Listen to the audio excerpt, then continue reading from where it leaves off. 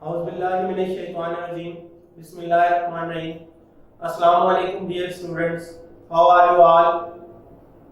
My name is Fazal Ahmed and today I am teaching you in this video the subject chemistry class 10 और हम chapter number 1 discuss कर रहे हैं और आज का जो हमारा टॉपिक है सेकंड लास्ट टॉपिक है हमारे चैप्टर नंबर 1 का और वो क्या है, वो है importance of equilibrium constant. Equilibrium constant जैसे कि हमने प्रीवियस वीडियो में भी डिस्कस किया था कि Kc को कहते हैं, ठीक है, जो रिएक्शन का कांस्टेंट होता है, कंप्लीट रिएक्शन का कांस्टेंट, वही इक्विलिब्रियम कांस्टेंट या Kc कहलाता है।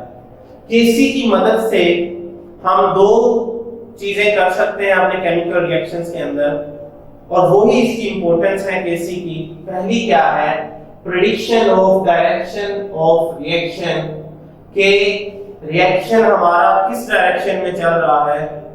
रिवर्सिबल रिएक्शन जैसे कि आपको पता है 3 डायरेक्शन का होता है, एक फॉरवर्ड डायरेक्शन होती है जिसमें रिएक्टेंट से प्रोडक्ट बनते हैं, दूसरी रिवर्स डायरेक्शन होती है जिसमें प्रोडक्ट से रिएक्टेंट्स बनते हैं और तीसरी डायरेक्शन असल में इन दोनों का कॉम्बिनेशन ही होती है जिसे आप इक्विलिब्रियम कंडीशन कहते हैं। मींस दोनों की स्पीड सेम होती है रिएक्शंस की लेकिन डायरेक्शन ऑपोजिट होती है। तो हम इस Kc की मदद से किसी भी रिएक्शन की डायरेक्शन का before the completion of reaction, reaction की कंप्लीट होने से पहले ही पता लगा सकते हैं कि ये किस डायरेक्शन में है। और दूसरा क्या है, prediction the extent of reaction, कि रिएक्शन हमारा किस स्पीड से जाएगा और किस हद तक इसमें रिएक्टेंट्स होंगे या प्रोडक्ट्स होंगे। ठीक है, तो आज हमारी इस वीडियो में हम डिस्कस करेंगे, हमारा पहला पॉइंट है prediction the direction of a reaction.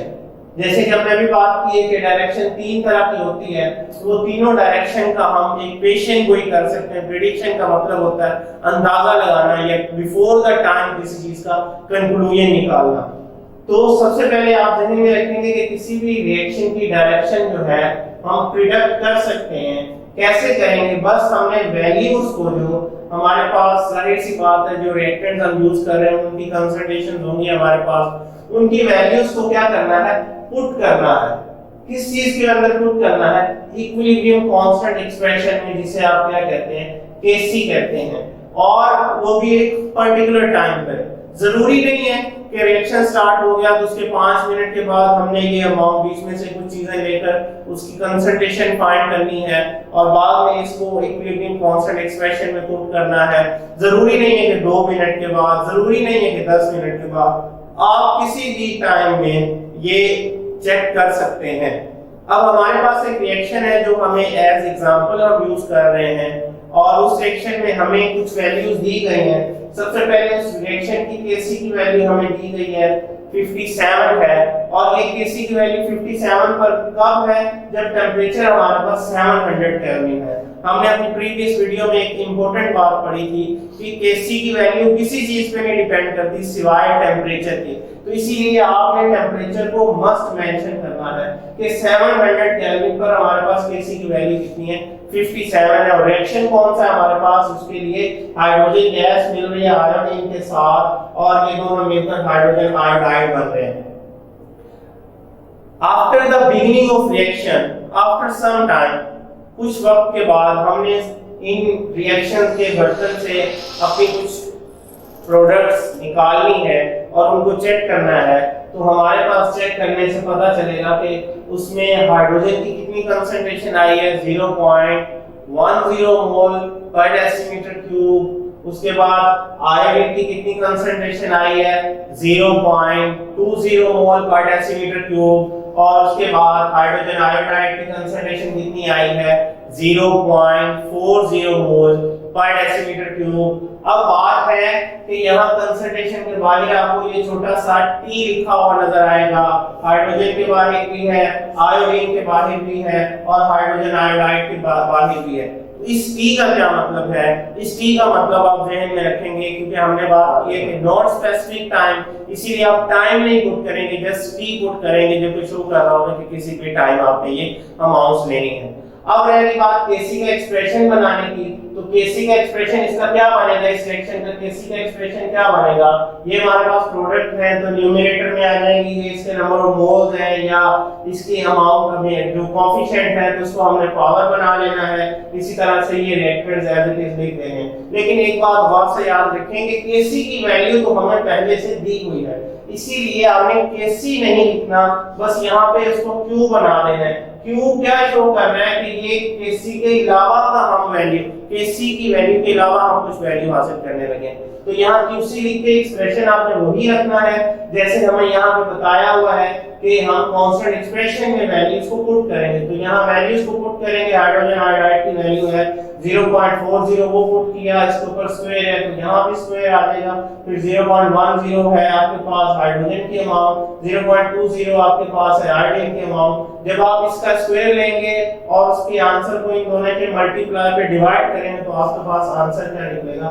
8.0 answer निकलेगा। ठीक है, ये हमारे पास वो आंसर आया है जो हमने किसी टाइम में वो वैल्यूज को निकाल के अपने इक्विलिब्रियम कांस्टेंट एक्सप्रेशन में वैल्यूज पुट की हैं और वैल्यूज को पुट करने के बाद हमारे पास ये आंसर आएगा। अब हम दूसरी तरफ चलते हैं कि वहां हमारे पास इस आंसर को लेके हमने नेक्स्ट क्या करना है। सबसे पहले वही बात है, इंपॉर्टेंट नोट है जो आप कर लेंगे कि जो सबस्क्रिप्ट है, सबस्क्रिप्ट से मुराद है ये जो टी आपने लिखा है स्क्वायर ब्रैकेट के बाहर, इसका क्या मतलब है, इसका मतलब है एनी टाइम, कोई भी टाइम आप ये रिएक्शन चेक कर सकते हैं, जरूरी नहीं है कि एट इक्विलिब्रियम स्टेट में चेक करें। इसको मैंने देखे पॉइंट आउट कर दिया कि it is not necessary to verify the direction of reaction or predicting the direction of reaction at equilibrium. You can check the direction at a certain time may be 5 seconds, 10 seconds, 1 minute, 2 minutes. So that is why we have put P over there, okay, around the concentration bracket. अब आपके पास comparison हमें करना है इस QC और KC का। जब हम दोनों को कंपैरिजन करेंगे तो हमारे पास QC की वैल्यू आई है 8 और KC की वैल्यू क्या आई है 57। आप देख सकते हैं कि हमारे पास QC की वैल्यू जो है वो छोटी है कंपैरेटिवली KC की वैल्यू से। तो यहाँ पर हमने एक चीज का आइडिया बना लेना है, जनरलाइजेशन कर लेनी है कि अगर QC की वैल्यू छोटी होगी तो रिएक्शन की डायरेक्शन क्या होगी। असल में QC की वैल्यू पे ही हमने डायरेक्शन बताना है, तो ये बात आप जहन में बिठा लेंगे कि जब किसी भी रिएक्शन में QC की वैल्यू छोटी हो, ये देखें स्मॉलर को शो कर रहा है एज कंपेयर टू KC की वैल्यू लार्ज हो, तो रिएक्शन हमेशा लेफ्ट टू राइट चलेगा। अंडरस्टैंड, लेफ्ट टू राइट जो रिएक्शन होता है उसको हम क्या नाम देते हैं, फॉरवर्ड रिएक्शन। तो पता चला कि हमारे पास इस रिएक्शन में अभी रिएक्टेंट्स ही मौजूद है, प्रोडक्ट नहीं है, क्योंकि QC की वैल्यू छोटी आई है किससे, KC से, तो हमारा रिएक्शन पता चला कि कौन सा है, फॉरवर्ड है। और आप देख सकते हैं QC को हमने छोटा शो किया और KC को उसकी निस्बत बड़ा शो किया है, जिसका मतलब है कि रिएक्शन की डायरेक्शन क्या है, फॉरवर्ड है। उसके बाद आप देखें, कहते हैं कि अगर QC की वैल्यू बड़ी हो, सपोज जैसे QC की वैल्यू 8 आई है, मैं फर्ज कर देता हूं कि अगर वैल्यू आपकी 60 आती सपोज, उसका क्या मतलब होना था कि आपके पास रिएक्शन के अंदर बहुत ज्यादा प्रोडक्ट्स मौजूद हैं, रिएक्टेंट्स कम है और रिएक्शन आपको प्रोडक्ट्स और रिएक्टेंट्स बनने वाली हैं, इसीलिए आप कहते हैं कि रिवर्स रिएक्शन, उसकी रिएक्शन की डायरेक्शन है वो रिवर्स होती। तो आप उसको कैसे लिखेंगे, जब KC की वैल्यू छोटी हो, QC की वैल्यू बड़ी हो तो रिएक्शन की डायरेक्शन क्या होगी, रिवर्स होगी। ठीक है, उसके बाद ये हमने फर्ज किया, लेट किया, 57 से बड़ा करके मैंने आपको ये लिख के दिया ताकि आपको एक जो इसका इमेज बन जाए सामने, आपके कॉन्सेप्ट डेवलप हो जाए। तीसरी और आखिरी जो सूरत क्या बन सकती है कि अगर QC और KC की जो मिकदार है या जो वैल्यू है वो सेम आती, लाइक जैसे KC 57 है तो QC भी अगर 57 आता तो आप ये कहते हैं कि हमारा जो रिएक्शन की डायरेक्शन है वो क्या है, इक्विलिब्रियम की हालत में। इक्विलिब्रियम क्यों है, क्योंकि 57 QC और 57 KC दोनों बराबर हैं, जिसका मतलब ये है कि जितनी अमाउंट्स में रिएक्टेंट्स प्रोडक्ट बन रहे हैं उतनी ही अमाउंट्स में जो है प्रोडक्ट्स जो है वो रिएक्टेंट्स बन रहे हैं। इन दोनों के दरमियान डिफरेंस नहीं है, बस इनकी डायरेक्शन ऑपोजिट है, जबकि स्पीड क्या है, सेम है। तो यहाँ से हमें पता चला कि हम QC और KC की वैल्यूज को कंपेयर करके ये फाइंड आउट कर सकते हैं कि रिएक्शन की डायरेक्शन क्या है। ये था आज का हमारा लेक्चर। उम्मीद करता हूँ आप सबको ये अच्छी तरह से समझ में आया होगा। इंशाल्लाह हमारा जो ये सेकंड पॉइंट है, prediction the extent of reaction, ये हम अपनी नेक्स्ट वीडियो में डिस्कस करेंगे। तब तक के लिए अपना खास ख्याल रखिएगा। अल्लाह हाफ़िज़।